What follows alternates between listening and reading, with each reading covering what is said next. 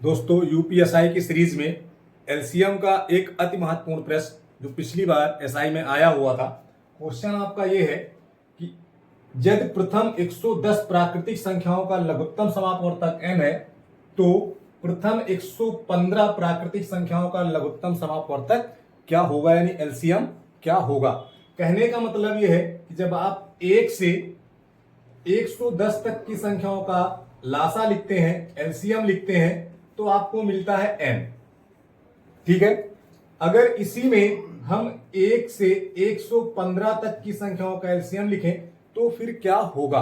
अब ध्यान दो, 110 के आगे आपको मिलेगा 111, 112, 113, 114 और 115, ये तो संख्याएं मिलेंगी।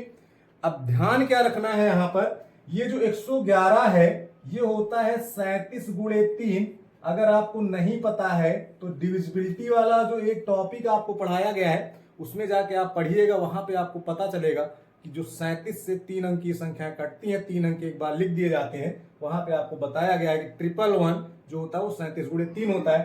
तो अगर 37 गुणे 3 यहाँ पे है तो वो इसमें भी शामिल था, इसका मतलब ये वाला हिस्सा तो हट जाएगा भाई एलसीएम में कॉमन हिस्सा खाली उसमें बढ़ेगा, बाकी तो सेम वही रहेगा। 112 की बात करें तो ये भी कट जाएगा। कटेगा कैसे, 56 गुणे 2 मिलेगा भाई, तो यहां से यहां तक जब जाओगे तो 56 और 2 का भी मिल जाएगा, इसका भी काम खत्म। 113 का कोई फैक्टर होता नहीं है तो उसको पड़ा रहने दीजिए।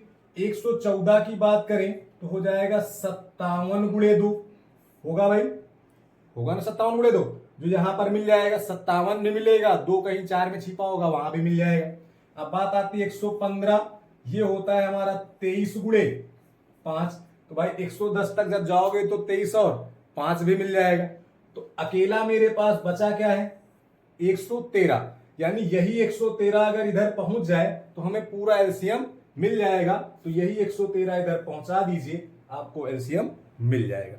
इसी सेम कॉन्सेप्ट पर आपका अगला क्वेश्चन है और इसका आंसर आप कमेंट में करिए।